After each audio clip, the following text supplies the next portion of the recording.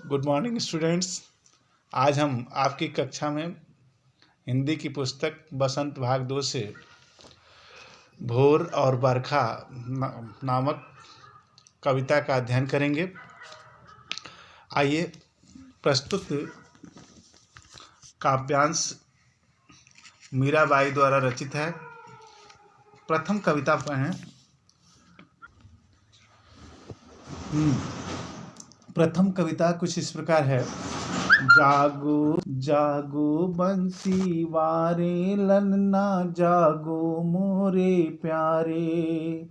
रजनी बीती भोर भयो है, घर घर खुले किवारे। गोपी दही मथत सुनियत हैं, कंगना के झनकारे। उठो लाल जी भोर भयो है, सुर नर ठाढ़े द्वारे। ग्वाल बाल सब करत कुतूहल, जय जय शब्द उचारे। माखन रोटी हाथ मलिनी, गौवन के रखवारे। मीरा के प्रभु गिरधर नागर, शरण आयो की उतारे। प्रस्तुत पद्य अवतरण में कवित्री मीराबाई ने इस पद में देखें। प्रस्तुत कविता में कठिन शब्दों को देख लें। बंसी वारे का अर्थ है श्री कृष्ण। ललना का अर्थ यहाँ पुत्र से है। जागो का अर्थ है जागना। रजनी का अर्थ है रात। भोर का अर्थ है सवेरा। किवारे का अर्थ है किवाड़। और सुनियत का अर्थ है सुनो। झनकार का अर्थ है झंकृत होना या झंझनाना। कौतूहल का अर्थ है आश्चर्य। उचारे का अर्थ है उच्चारण करना। गौवन का अर्थ है गायें। और गिरधर का अर्थ है गिरि अर्थात पर्वत को धारण करने वाले। नागर का अर्थ है चतुर। शरण मने शरणागत। आयो मने आए। तारे मने मुक्ति करे। आइए अब हम भावार्थ देखें। प्रस्तुत भोर और बरखा कविता मीराबाई द्वारा रचित है। प्रस्तुत कविता में मीराबाई ने यशोदा द्वारा कान्हा जी को सुबह जगाने की दृश्य का वर्णन कर रही हैं। माँ यशोदा, आप देखें चित्र में, माँ यशोदा अपने पुत्र श्री कृष्ण को जगाने का प्रयास करती हैं। माँ यशोदा कहती हैं, जागो बंसी वारे ललना, जागो मोरे प्यारे। कहती हैं, हे बंसी को बजाने वाले मेरे पुत्र जगो, ऐ मेरे प्यारे पुत्र जगो। रजनी बीती भोर भये हैं, घर घर खुले किवारे। रात बीत गई है, रात खत्म हो गई, रात बीत गई और सभी लोगों के घर के किवाड़े खुल गईं। और वो अब उठो, गोपी दही मथत सुनियत हैं, कंगना के झनकारे। गोपियाँ दही को मथ रही हैं और दही को मथते हुए उनकी कंगन के झंकार बार बार सुनाई दे रही है। उठो मेरे लाल, भोर भयो सुर नर ठाढ़े द्वारे। अब प्रातः हो गई, अर्थात सुबह हो गई और तुम उठो। सुर नर ठाढ़े, तुम्हारे दर्शन के लिए देवता मनुष्य तुम्हारे दरवाजे पर खड़े हुए हैं, इंतजार कर रहे हैं। माखन रोटी हाथ महलिनी, गौवन के रखवारे। तुम्हारे ग्वाल मित्र हाथ में मक्खन और रोटी लिए हुए द्वार पर खड़े हैं और तुम्हारी बार बार जय जयकार कर रहे हैं। मीरा के प्रभु गिरधर नागर शरण आयो को तारे। मीराबाई कहती हैं कि हे गोवर्धन गिरि को धारण करने वाले चतुर श्री कृष्ण, आपके शरण में जो भी शरणागत बनकर आते हैं, आप निश्चित ही भवसागर से उसकी मुक्ति करते हैं, इस सांसारिक माया से उसको मुक्ति देते हैं। इस प्रकार हे बंसी वाले, आप जगें और आपके दरवाजे पर खड़े देवता मनुष्य सबको दर्शन देकर उनका जीवन कृतार्थ करें। आइए। बरस बदरिया सावन की मन भावन की, सावन में उमग्यो मोर मनवा भनक सुनी हरियावन की।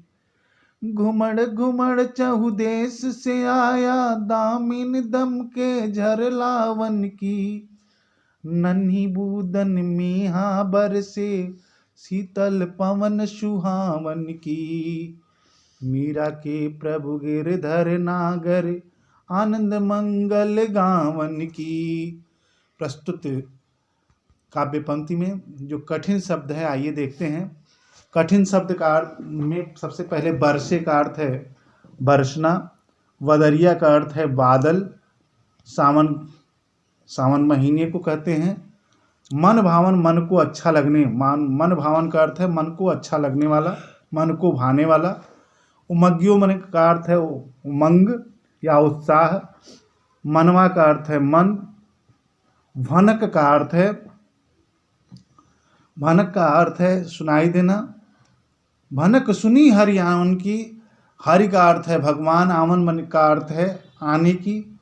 उमड़ उमड़ चहुदेश से आयो। उमड़ उमड़ करके चहुदेश माने चारों ओर से।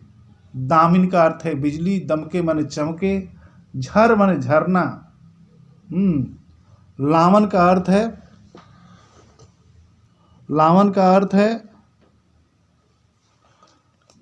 लाना। और नन्ही नन्ही माने छोटी छोटी। बूदन का अर्थ है बूंद, बूंदें। मेहा का अर्थ है बादल। शीतल का अर्थ है ठंडा। पवन का अर्थ है हवा। सुहावन का अर्थ है सुहावना, सुंदर लगने वाला।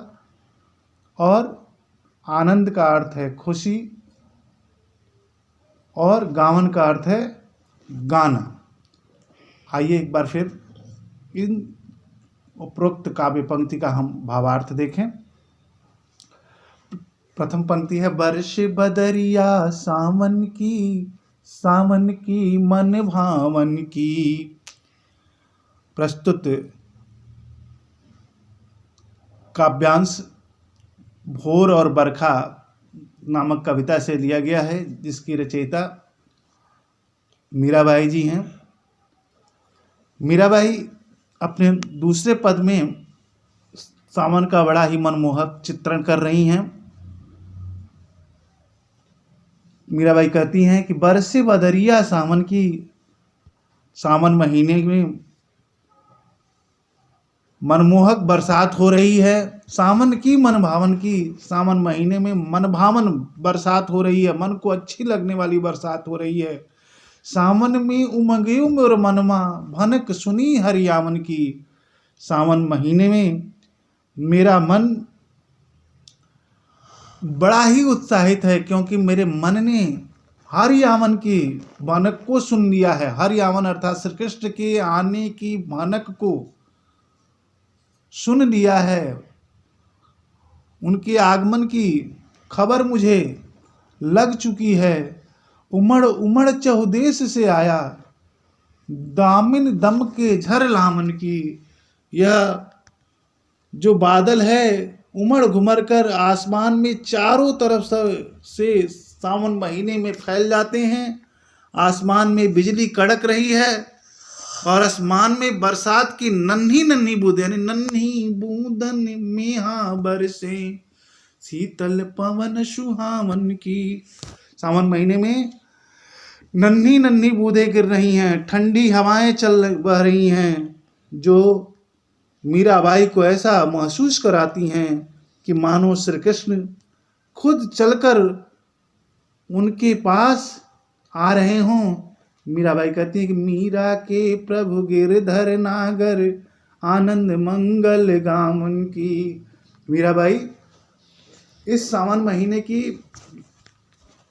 बारिश की बूंदों के से उन्हें लग रहा है, ऐसा सुखद एहसास हो रहा है, ऐसे सुखद एहसास होता है बार बार कि जैसे श्री कृष्ण चलकर उनको के पास आ रहे हैं, उनके पास अधिक समय तक वास करेंगे, उनके मन में निवास करेंगे और उन्हें आनंद और मंगल प्रदान करेंगे। मीराबाई इस प्रकार श्री कृष्ण का